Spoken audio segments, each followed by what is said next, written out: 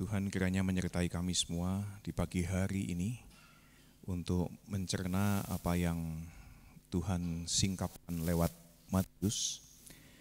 Sertailah kami agar situasi seperti apapun yang sedang terjadi dalam pikiran, hati, perasaan, merasa tidak jelas, merasa layak, merasa tidak layak, apapun situasi yang sedang terjadi, kami tidak sendirian karena Tuhan menyertai dan Tuhan juga memberikan kepada kami anugerah yang baru untuk kami pakai, menjalani, menghadapi, bergumul dengan semua macam situasi pribadi kami masing-masing.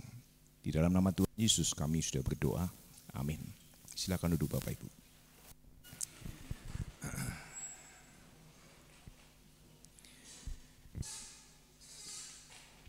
Ada sebuah film dokumenter dari Channel 4 yang menang award. Judulnya Beneath the Veil. Di broadcast Juni 2001, film ini sebetulnya hasil rekaman sembunyi-sembunyi oleh salah satu dari 30.000 spectators di sebuah stadion di Afghanistan.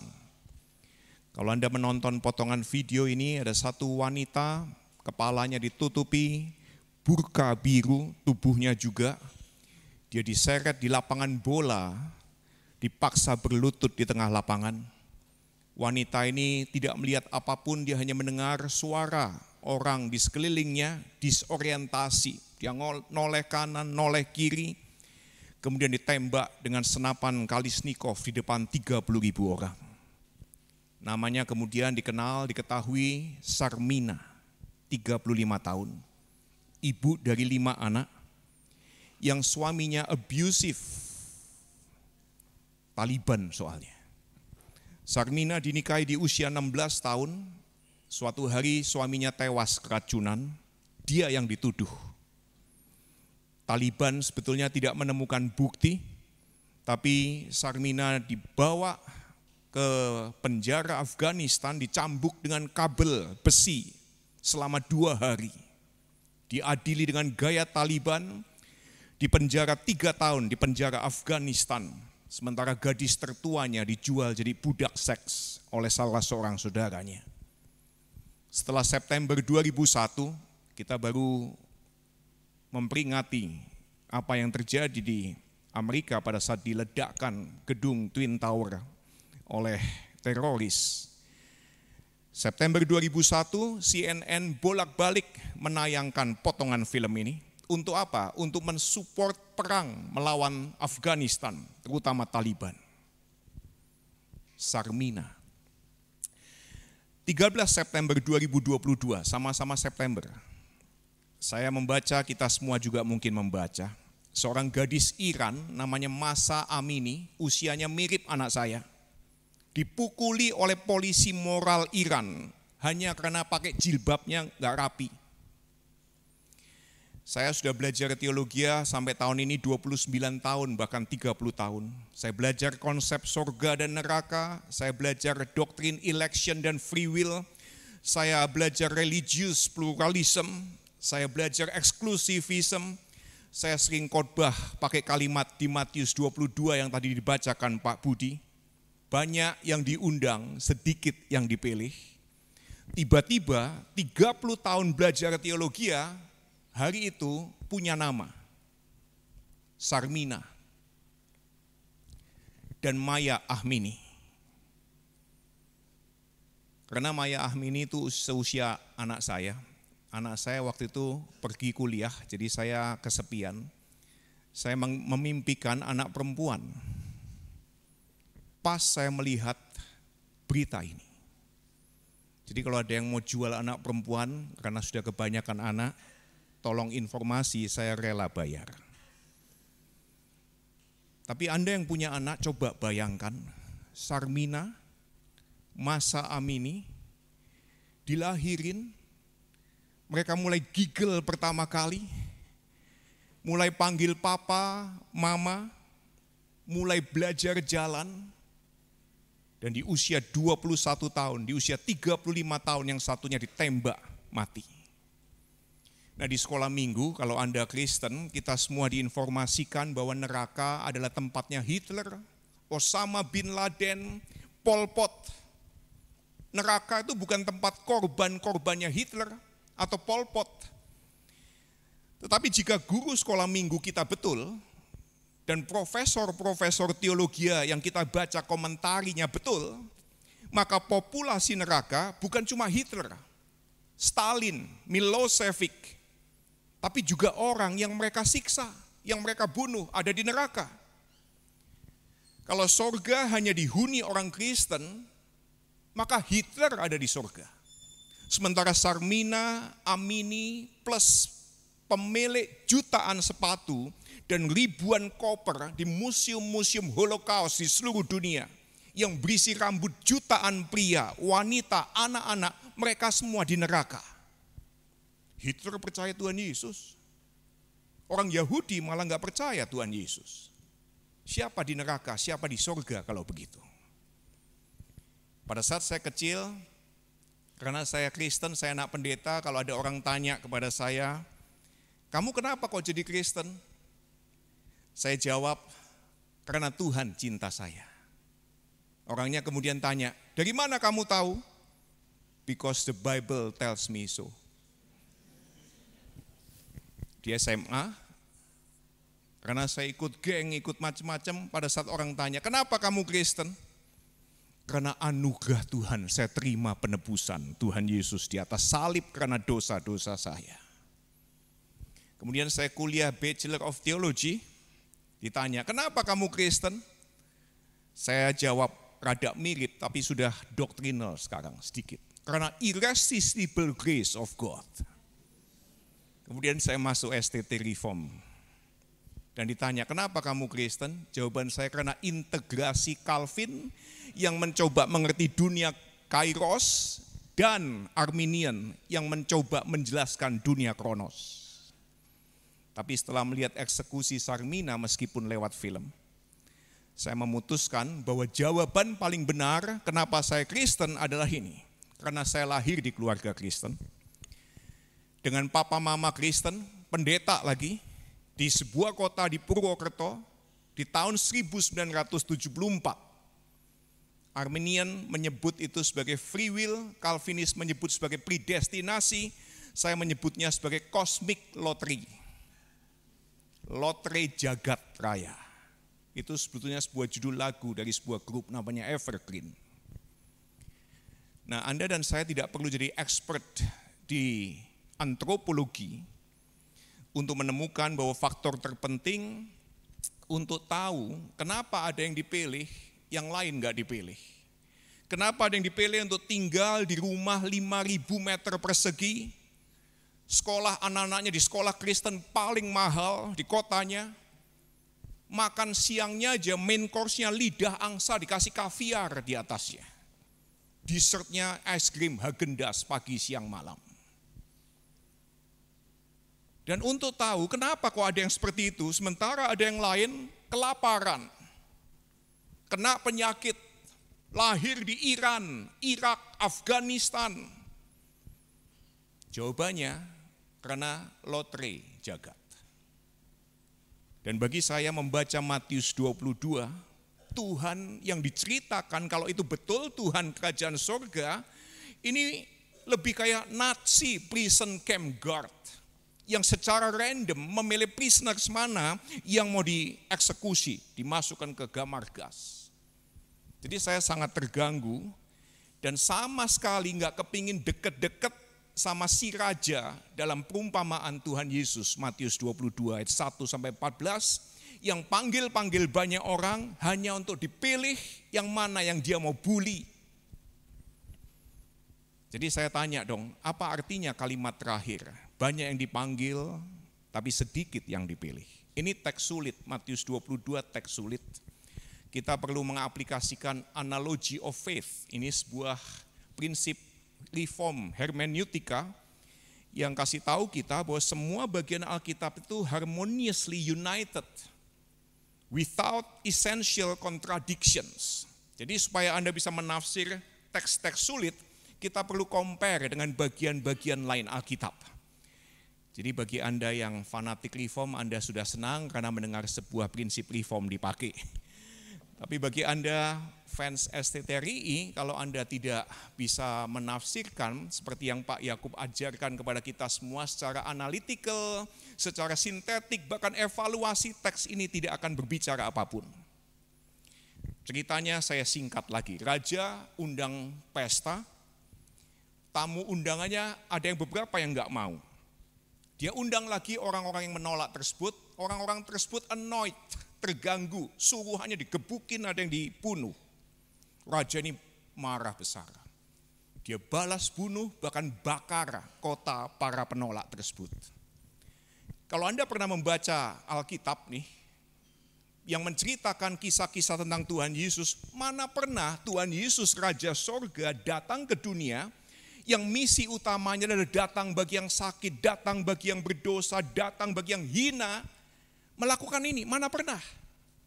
Kalau perjanjian lama, karena orang Israel punya konsep tentang tribal warrior God, mereka tiru-tiru konsep dewa, Sumeria, ceritanya kayak begini. Tapi di perjanjian baru, kalau Anda membaca Tuhan Yesus yang dipresentasikan oleh para penulis Injil, nggak pernah dia melakukan hal tersebut. Raja ini terus nggak malu lagi, nggak mau malu dia. Dia suruh lagi, dia sudah bikin persiapan pesta besar-besaran, masa nggak ada yang datang. Jadi nggak mau malu dia. Dia minta para pelayannya undang semua model orang jalanan. Datang apa adanya. Welcome, everyone is welcome. Dia sediain baju pesta, alias yang datang harus fit dengan culture pesta yang dia buat. Dia keliling-keliling, ada satu yang nggak pakai baju pesta. Gilanya, diikat, dibuang di kegelapan, disiksa sampai meratap dan giginya gemetar. Jadi ada beberapa hal yang saya pikir saya perlu observasi. Orang-orang yang diundang, tamu-tamu undangan yang menolak itu salahnya apa? Kalau saya membaca perumpamaan ini, saya taruh diri saya dalam perumpamaan tersebut, saya banget ini orang. Ini orang-orang yang punya kerjaan, punya pelayanan, kemudian annoyed, terganggu karena undangan-undangan tobat. Kamu join conference-ku, kamu join seminarku, kamu join sekolahku, kalau enggak, kalau kamu mau selamat, kamu join pestaku. Saya ketemu dengan salah seorang pendeta di Changi Airport beberapa waktu yang lalu. Pendeta ini termasuk 9 naga pendeta modern yang muda-muda itu. Jadi bukan cuma ada 9 naga bisnismen, sekarang ada 9 naga pendeta-pendeta modern. Kebetulan saya kenal 3 diantaranya, salah satunya dia. Kemudian dia bilang, apa kabar, lama gak ketemu, kamu seharusnya join kami ini lunch bareng lah. Supaya ada yang jagain kamu. Kalau di luar kami, lain kata, kamu gak selamat.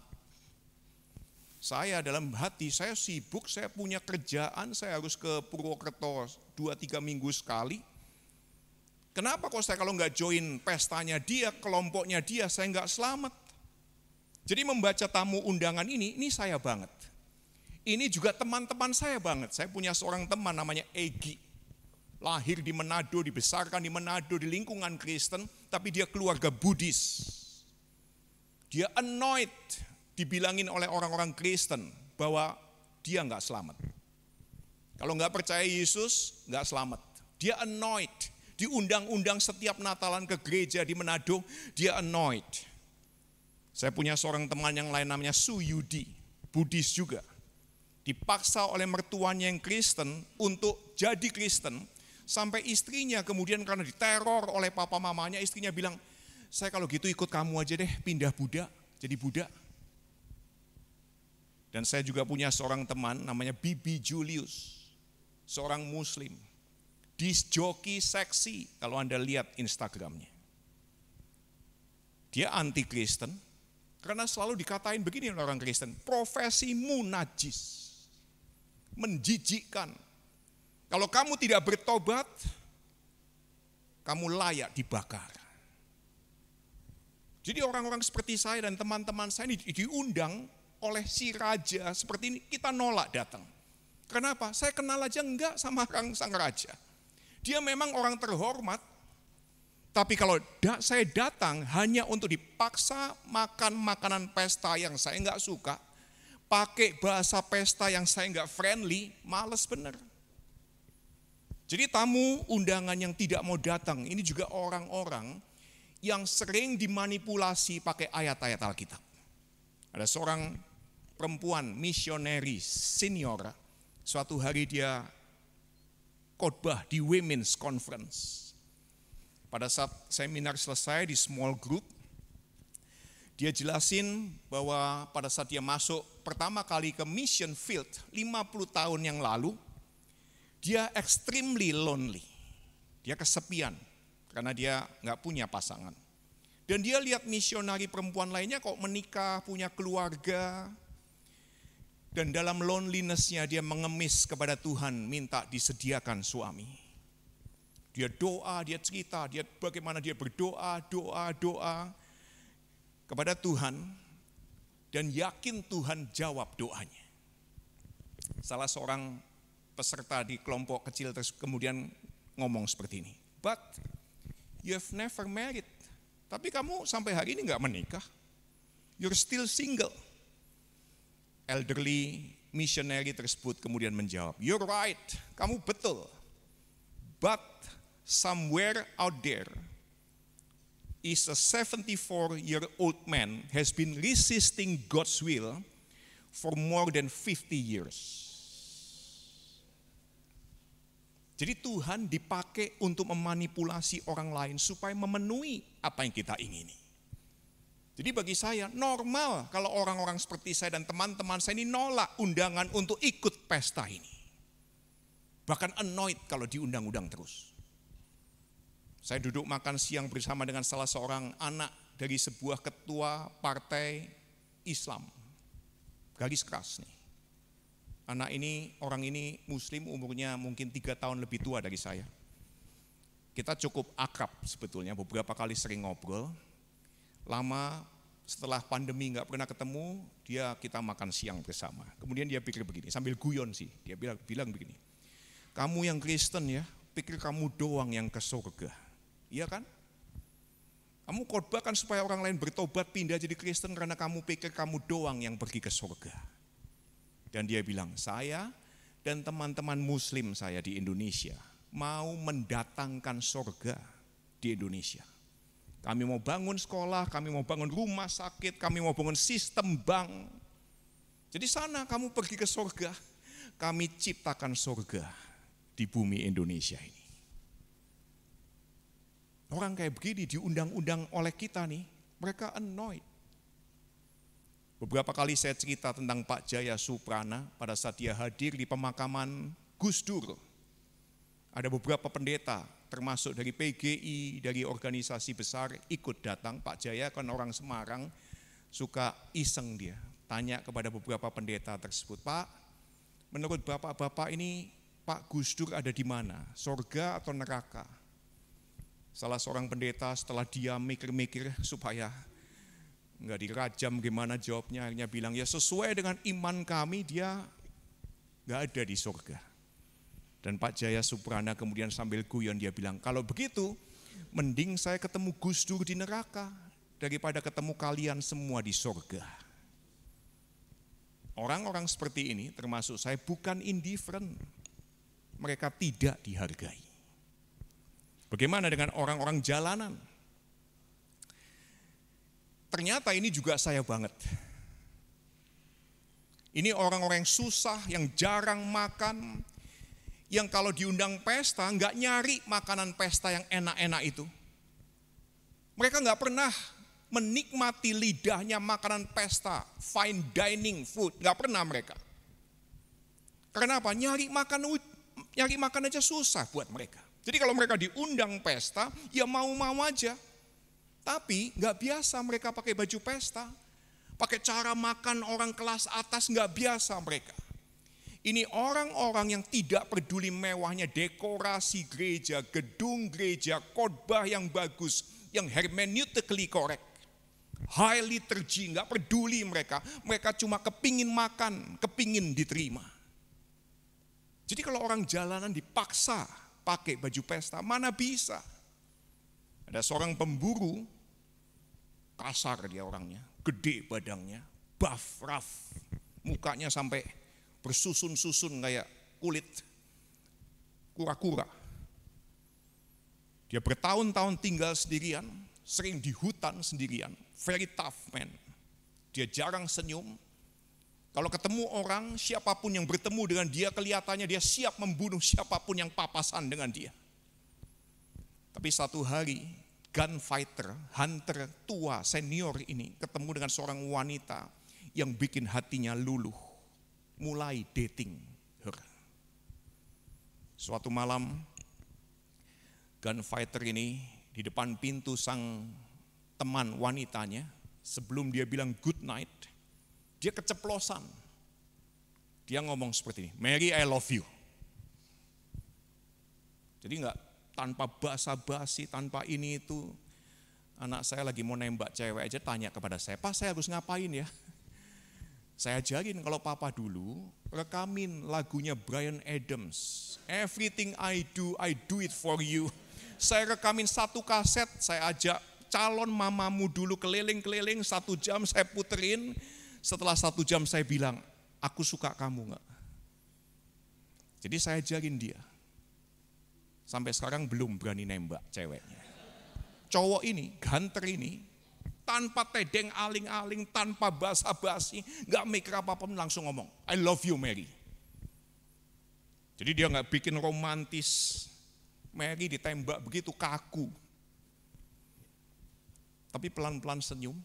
Mary kemudian cium pipi kasar hunter tersebut dan bilang, Joe, I love you too. Si Joe balik badan, jalan balik pelan-pelan, naik ke tangga rumahnya, dia tutup pintu kamarnya, dia berlutut di samping ranjangnya dan berdoa, Dear God, I ain't got nothing against nobody. Tuhan, aku ini tidak bisa balas budi siapapun. Aku orang kasar, bagaimana aku punya utang budi dengan siapapun, semua orang gak suka ketemu aku. Jadi orang di jalan, gunfighter, hunter, gak terbiasa dengan baju pesta agamawi, bahasa pesta agamawi, culture pesta agamawi. Kalau diundang, sampai mereka mau datang, mereka perlu acceptance, mereka perlu space. Untuk bahasa mereka, tampilan mereka, bahkan mereka punya pace-nya sendiri. Mereka datang di acara yang Anda dan saya selenggarakan, dipaksa nyanyi.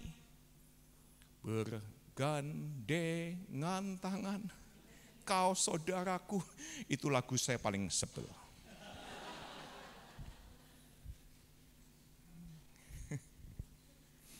Kemudian Anda pemimpin pujian nih, lihat orang tersebut tidak gandengan tangan. Anda kasih tahu apa sama orang? Perlu rendah hati. Kalau bersekutu itu perlu rendah hati. Dalam beberapa acara yang nyanyi lagu itu saya sengaja lipet tangan, saya nggak mau ini. Yang mimpin pujian doa, kemudian doanya bunyi seperti ini. Singkirkan roh angkuh pada saat kami bersekutu.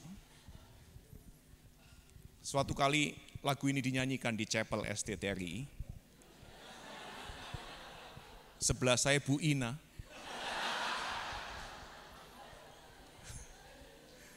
Dia lihat saya lihat dia.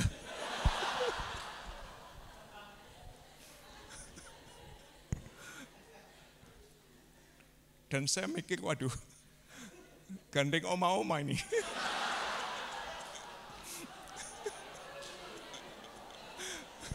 Sorry, bukan Ibu Ina Teddy, Ibu Ina satunya.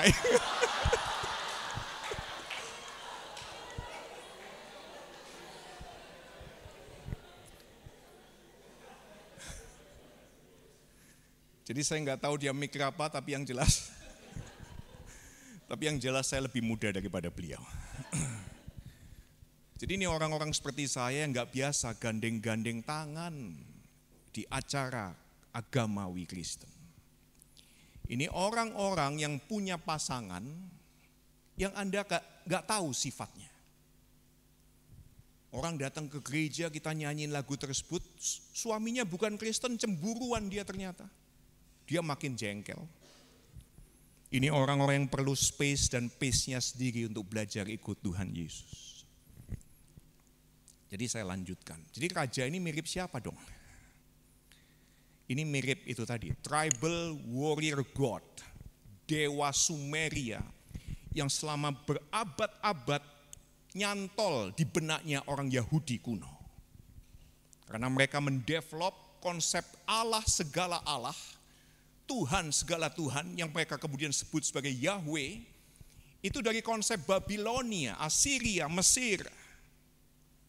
Dan bagi saya kalau zaman modern ini mirip Hitler dan mirip kita-kita yang ada di Christian empires, Christian kingdom.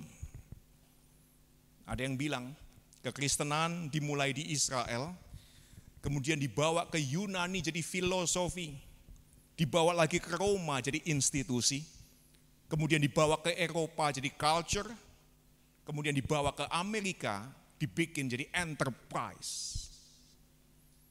Dan bayangkan, kalau ada penginjil Kristen menginjili Sarmina, Maya Ahmini, kemudian mereka jadi Kristen. Kalau sesuai perumpamaan ini, maka pada saat mereka harus datang ke pesta Kristen, mereka harus ganti jubah Kristen. Jadi bayangkan ya, di lingkungan mereka aja sendiri, hanya karena hijabnya nggak rapi, dihajar habis-habisan sampai koma. Sementara begitu Anda dan saya paksa pakai jubah Kristen, kalau dia nggak pakai, kita kucilin. Kalau dia nggak cocok dengan doktrin kita bakar habis media sosialnya, kita matiin namanya. Padahal Matius yang nulis cerita tadi menceritakan tentang kerajaan sorga yang rajanya jadi manusia. Yang misi utamanya datang bagi yang hina, datang bagi yang berdosa, datang bagi yang gembel, datang bagi yang tidak bisa pakai baju pesta dengan melayani mereka. Di awal tulisannya tentang this king, Matius memulai dengan mengutip khotbah Raja Sorga ini di atas bukit. Di mana Tuhan Yesus memulai ministrinya dengan berkata seperti ini, diberkatilah yang miskin. Tetapi di tengah pesta empire, church empire, Christian empire, pesan-pesan yang dominan justru mengatakan, yang kaya yang diberkati. Tuhan Yesus berkata, diberkatilah yang berduka. Kita seringkali menjanjikan yang penuh bahagia, yang tanpa crucifixion, itu yang harus kita uber. Pada saat Tuhan Yesus berkata yang rendah hati yang diberkati. Setiap minggu kita beribadah, setiap pesta ibadah minggu, kita ngomong kayak orang-orang yang sudah master ngikutin training assertiveness. Bagus sekali pelafalannya, artikulasinya, retorikanya. Tuhan Yesus berkata yang merciful, yang peacemakers, yang diberkati. Kita malah seringkali menunjukkan bahwa kita sebagai pendukung utama Christian supremacy dan capital eternal punishment in hell kepada orang-orang seperti siapa? Lady Gaga.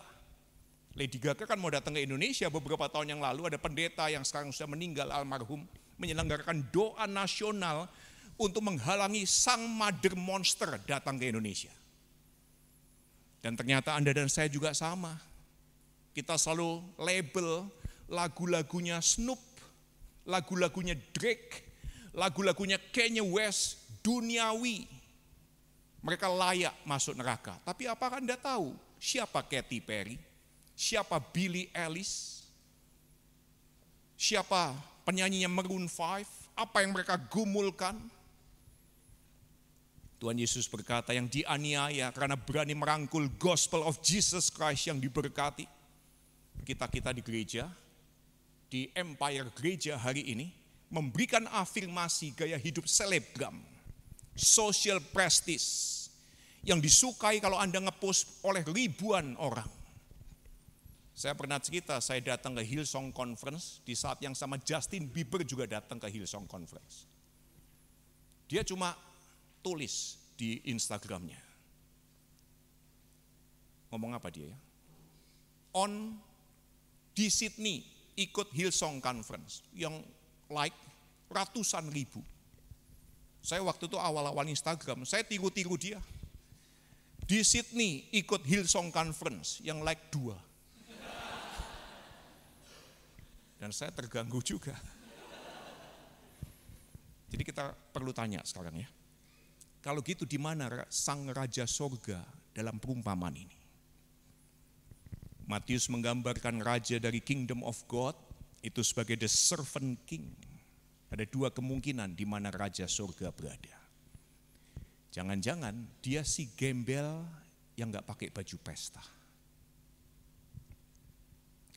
Tapi kemungkinan yang saya lebih suka kemungkinan adalah dia akan raja, tapi dia datang untuk melayani. Dia salah satu dari para pelayan yang disuruh ketemu orang-orang yang nolak itu. Dia salah satu dari para pelayan yang disuruh membuang si gembel ke dalam kegelapan yang gelap itu. Jadi kalau kalimat perumpamaan ini diakhiri dengan kalimat banyak yang dipanggil, sedikit yang dipilih. Kenapa? Memang banyak yang dipanggil untuk melayani. Banyak yang dipanggil untuk kirim undangan, untuk bikin KKR, khotbah. Dipanggil untuk jadi teman bagi yang diundang, ternyata itu sedikit yang mau. Dipilih untuk menciptakan conversation, untuk mengenalkan Raja Sorga yang beda dengan raja dalam perumpamaan ini, yang mencerminkan King of Christian Empires. Sedikit orang yang mau dipanggil untuk menemani orang-orang gembel di kegelapan yang sedang meratap dan mengertakkan gigi. Jadi di mana Tuhan Yesus, Sang Raja Sorga, dia bersama dengan yang paling hina dalam cerita ini. Karena 3 pasal kemudian, dalam Matius 25, Matius merekam kalimat Tuhan Yesus yang lain yang berkata seperti ini. Apa yang kamu lakukan bagi yang paling hina ini kamu lakukan untuk aku. Aku kelaparan, aku kehausan, kamu kasih aku makan, kamu kasih aku minum. Akulah si orang asing yang gak biasa pakai baju pesta. Aku ini orang asing yang gak ada yang terima karena habitsku yang gak biasa. Aku yang pakai baju begitu minim, bahkan telanjang, cenderung telanjang. Aku ini orang yang dipenjara yang kamu kunjungi. Aku yang kamu anggap hina karena menolak undanganmu, aku bahkan kasar yang kamu lakukan. For the least of this, you do that for me. Dorothy Day kemudian kasih komentar seperti ini. The true atheist is the one who denies God's image in the least of this. Ateis sejati adalah ateis yang menolak gambar Tuhan dalam diri orang-orang yang paling hina. Siapa orang yang paling hina buat kita? Orang-orang yang orientasi seksualnya beda. Orang-orang yang sudah sebelum menikah sudah hamil 7 bulan. Orang-orang yang kerjaannya di klub malam. Tapi sebaliknya, kalau kita tanya kepada mereka siapa orang yang paling hina bagi kalian semua? Pendeta di gereja tertentu. Jadi dari sekian banyak pelayan, dari si raja yang selfish dan arogan ini, dari sekian banyak pelayan yang dipanggil untuk kirim undangan, untuk undang lagi yang nolak, untuk minta semua orang jalanan datang. Dari sekian banyak pelayan, ada satu pelayan yang ternyata Raja Sorga yang lagi nyamar jadi pelayan. Dia menemani keluarga-keluarga dari sang penolak undangan yang dibunuh, yang dibakar kotanya. Salah satu dari pelayan tersebut adalah Raja Sorga yang menemani orang-orang yang diikat kaki dan tangannya dalam kegelapan. Dan sang Raja Sorga yang nyamar jadi pelayan ini membuat neraka jadi surga. Kegelapan paling gelap tidak lagi gelap. Karena raja segala raja, raja atas terang dan gelap bersama dengan orang-orang yang ada di kegelapan ini.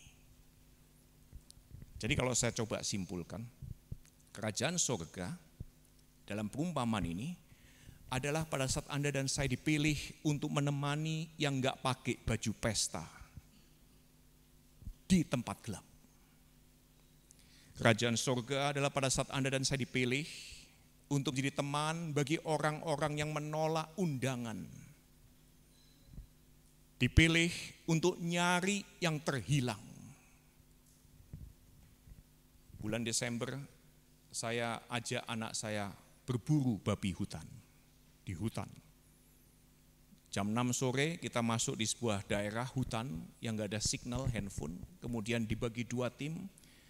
Saya tim sendiri masuk ke dalam, dia tim sendiri masuk ke arah yang lain.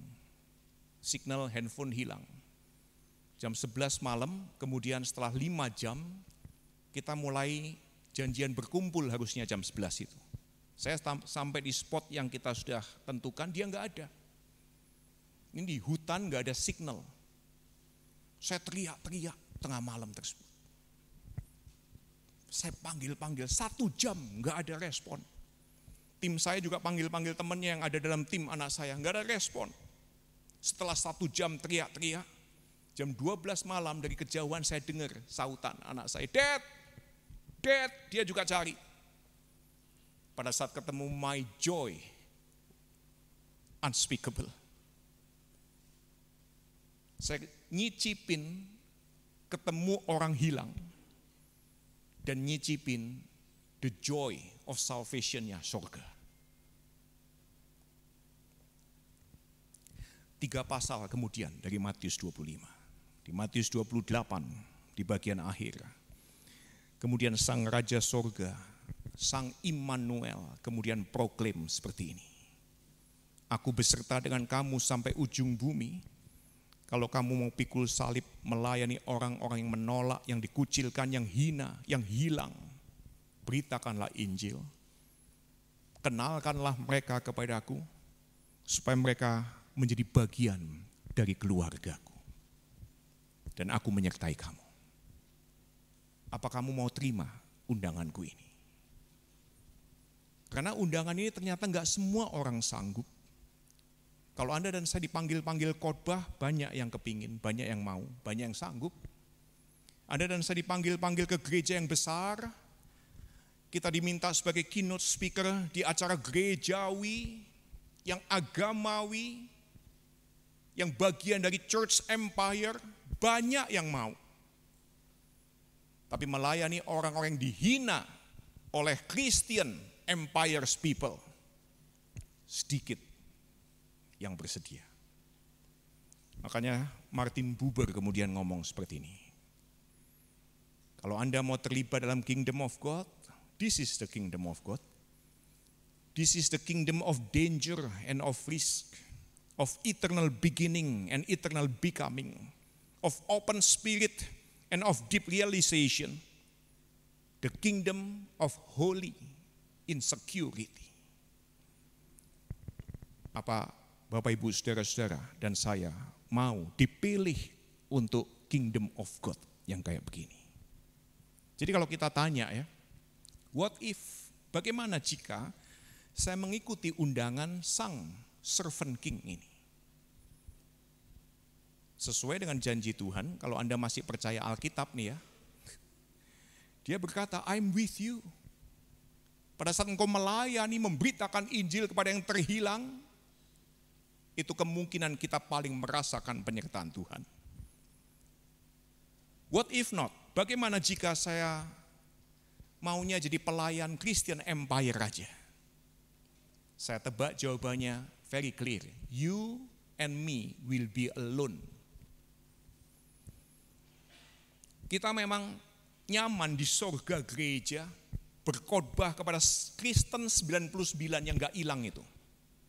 Kristen 99 adalah Kristen yang suka cari perhatian dan baperan, caperan dan baperan, itu Kristen 99. Tapi Tuhan tidak bersama dengan kita, karena apa? Dia lagi sibuk nyari dan nemenin yang terhilang, yang hina di kegelapan.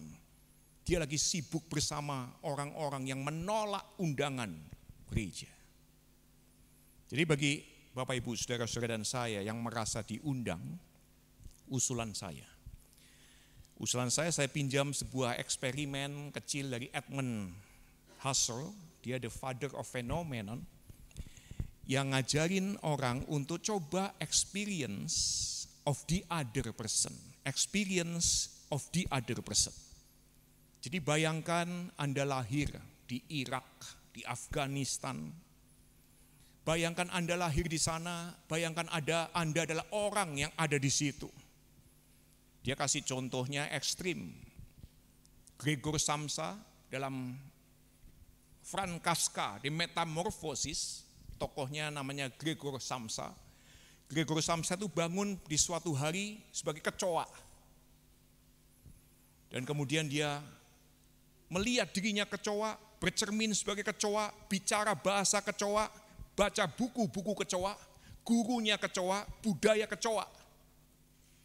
Dan Edmund kemudian bilang seperti ini, kalau engkau experience of the other person, kamu lahir di daerah yang sama sekali beda, di keluarga yang sama sekali beda, would you still be you? Dulu saya nyanyi dengan bangga, Savior, He can move the mountains, my God is mighty to save.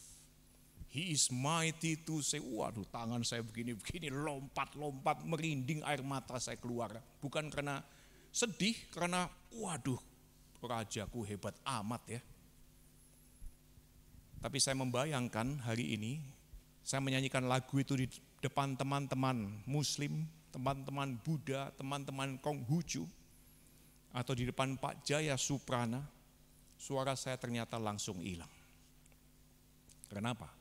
Itu lagu untuk insiders, Christian empires, yang unfriendly kepada orang-orang yang selalu menolak, kepada orang-orang yang tidak bisa pakai baju pesta Kristen. Kalau Bapak Ibu Saudara-saudara ziarah ke Israel, ke Garden Tomb di Yerusalem, terus menyelenggarakan ibadah perjamuan kudus, saya perhatiin guide kita yang orang Yahudi, gak mau join, langsung pergi mereka. Saya tanya why, dan dia bilang ini karena bisnis saja nih. Kalau nggak bisnis, your liturgy insulting to us, membuat kami ini yang adalah korban Holocaust karena dituduh penyebab Yesus Kristus yang kalian anggap sebagai Tuhan disalib. Jadi Holy Communionmu itu insulting to us. Jadi pada saat kita diundang untuk merepresentasikan the King of Heaven, the King of Kings yang ternyata datang to serve, mungkin perlu careful dengan lagu-lagu yang kita pilih, dengan kalimat-kalimat yang kita katakan melalui kesaksian, melalui khotbah, melalui sharing.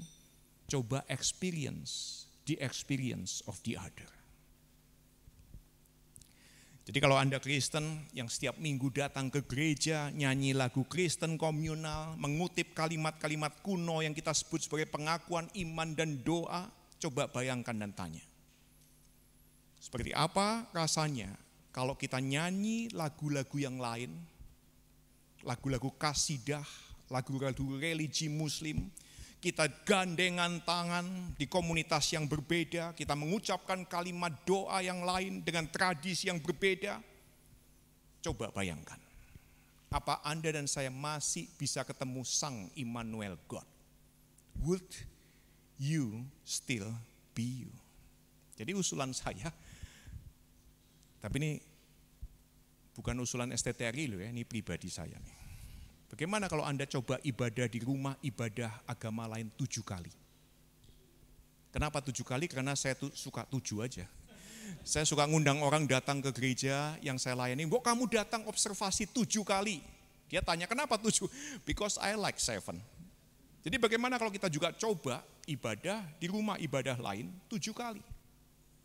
Dan cek, would we still be we? Sekarang bagi yang dipilih. Bagi yang merasa dipilih. Yang pertama, pay attention, respect, and love other religious strangers. Kenapa? Pengikut Tuhan Yesus yang lain yang ngakunya sangat dekat dengan Tuhan Yesus bernama Yohanes. Dia menuliskan satu kalimat Tuhan Yesus yang dia nggak bisa lupa, yang kita mungkin sering miss, dan kalimatnya berbunyi seperti ini.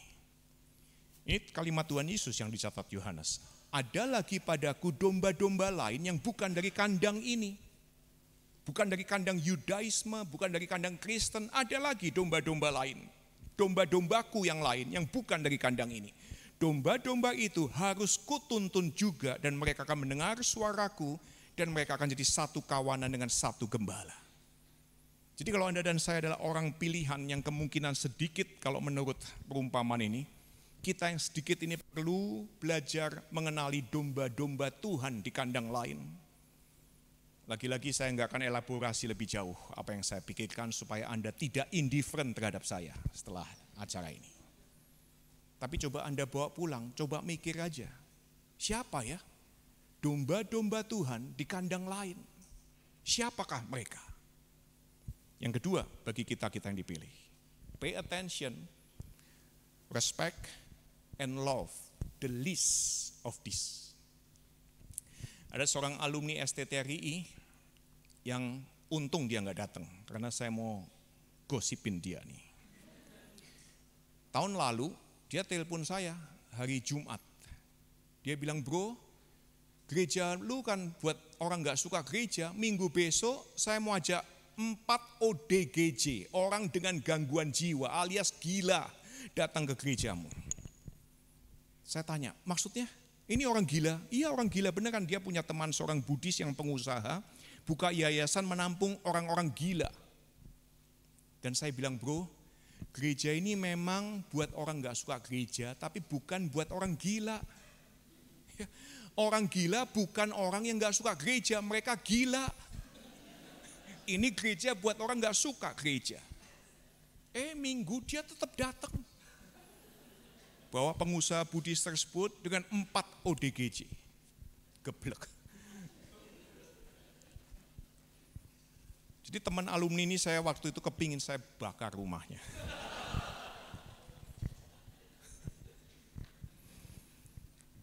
Dan si ODGJ nggak bisa pakai baju kita.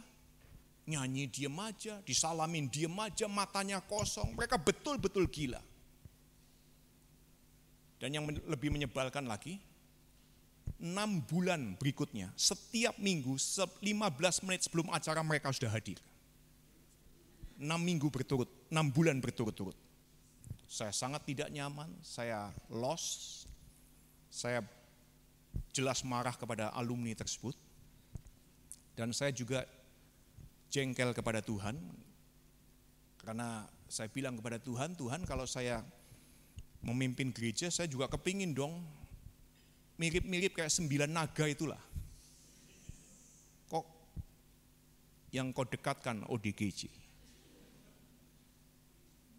Dan ini bukan kekuatan saya, nggak ada seorang pun di antara kami yang pernah terapi orang gila. 6 bulan full datang. 1 bulan kemarin, 4 minggu kemarin, teman Buddhis tadi kemudian datang dengan 3 asistennya dengan 1 ODGJ yang dia bilang sudah waras sekarang, Pak.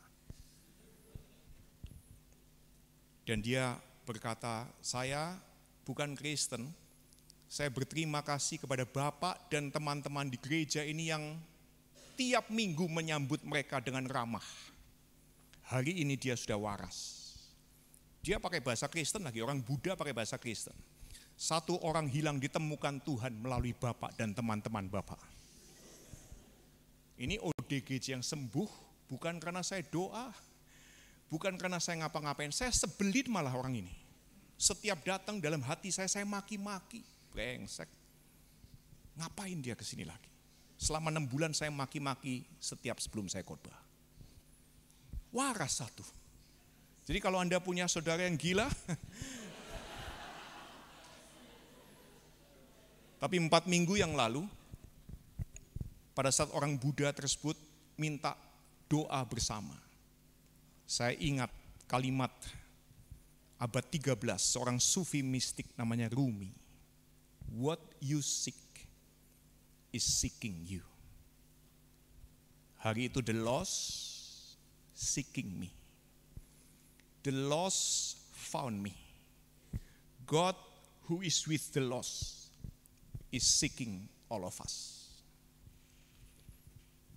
Jadi kalau Anda ketemu dengan teman-teman yang bukan Kristen, kita perlu siap-siap ketemu Tuhan setelah retreat ini. Ketemu orang kayak saya, pendeta dan bapak pendeta yang lain, gak perlu siap-siap, biasa aja. Kenapa? Kita pendeta memang profesinya pendeta, profesional Kristen, artinya dibayar untuk berperilaku Kristen. Jobnya pendeta. Ketemu orang yang Anda hormati, biasa aja.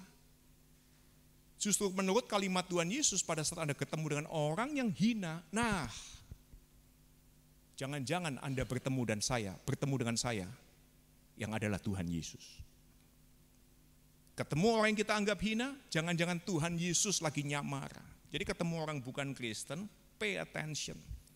We might see God, di Immanuel.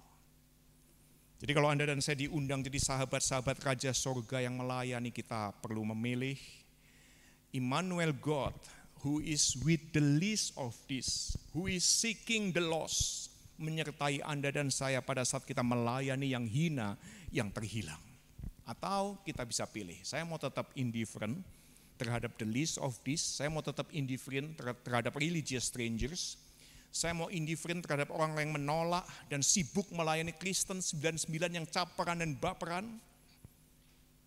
Kalau Anda dan saya memilih hal tersebut, oke aja, tapi Tuhan tidak bersama dengan kita, we are all alone. Are we sure we are dead poor? Mari kita berdoa bersama.